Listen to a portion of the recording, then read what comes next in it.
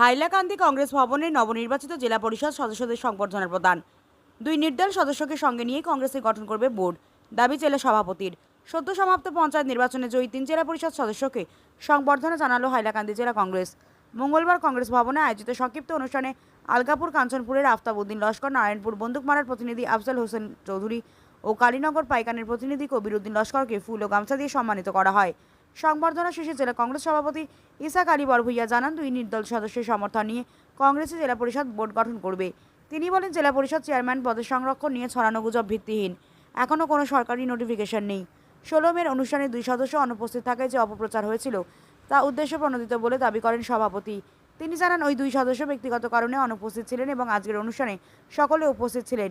তিনি দলীয় নেতাকর্মীদের উদ্দেশ্যে বলেন, ভেদাভেদ ভুলে ঐক্যবদ্ধভাবে কংগ্রেসকে এগিয়ে নিয়ে যেতে হবে। প্রতিহিংসার রাজনীতির কোনো স্থান নেই।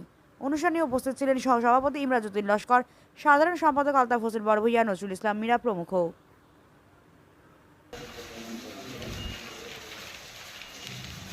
আজকে এই সাংবাদিক সম্মেলনের মূল উদ্দেশ্য প্রথম হাইলাকান্দি জেলা পরিষদ সেটা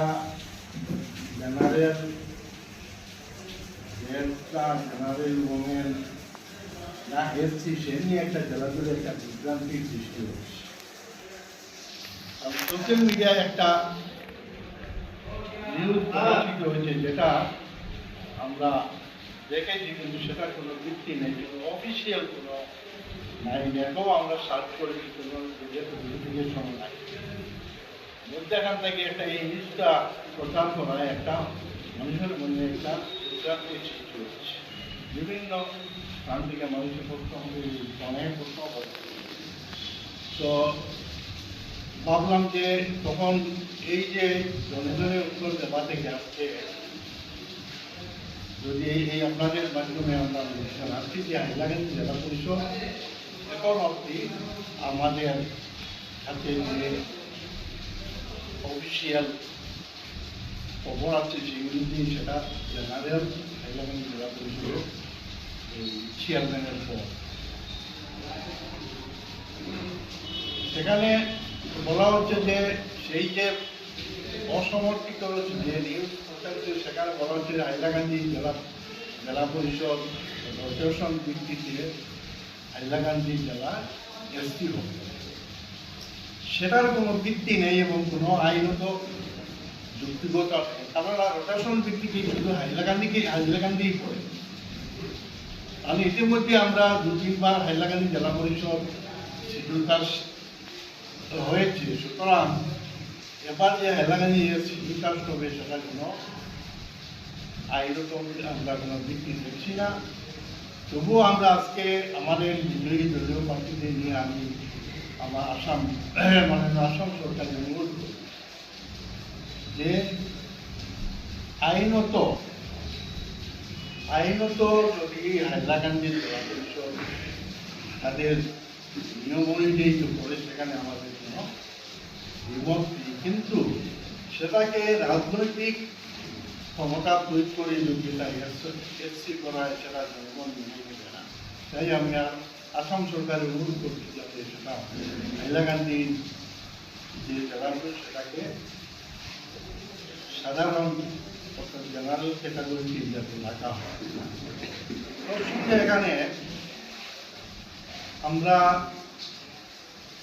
গত 16 তারিখে আমাদের যারা দলীয় বিজয়ী প্রার্থী এই সদ্য অনুষ্ঠিত পঞ্চায়েত নির্বাচনে জয়যুক্ত হয়েছিলেন তাগুলা আজও আমরা একটা দলের পক্ষ থেকে একটা আনুষ্ঠানিকভাবে সম্মান দেওয়ার জন্য সভা অনুষ্ঠিত করেছিলাম।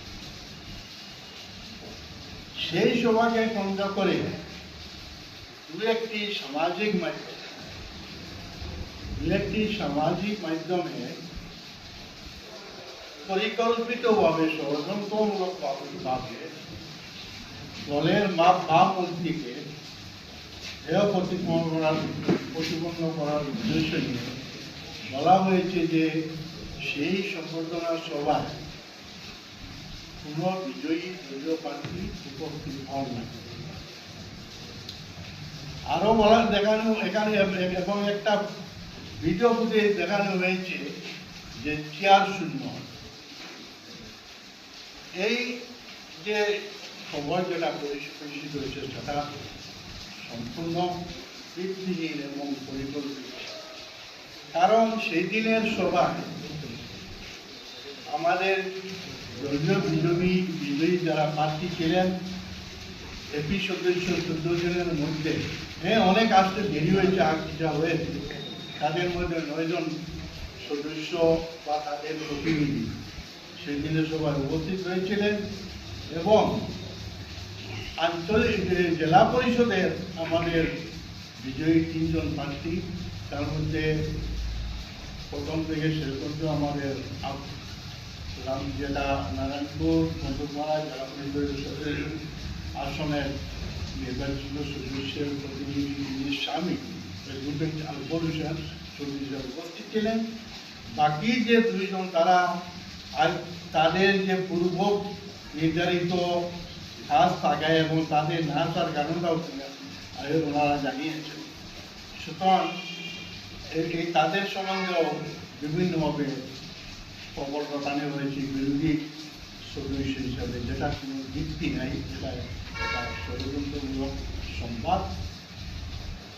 সেদিনের যে সংগঠনের সভাটা সেটা কোনো ভিত্তি বিশেষের আহ্বান করা সভা নয়, সেটা একটা দলের পক্ষ থেকে একটা সংগঠনের সভা আহ্বান করা হয়েছিল। এই সভাকে আমাদের কাছে একদম বিশ্বস্ত সূত্রে বা আমাদের প্রমাণও আছে, সেই সভাকে বানচাল করতে আমাদেরই দলেরই একজন বিশিষ্ট অনেক পুরানা নেতা, তার পুষ্টিবয় কয়েকজন সহযোগী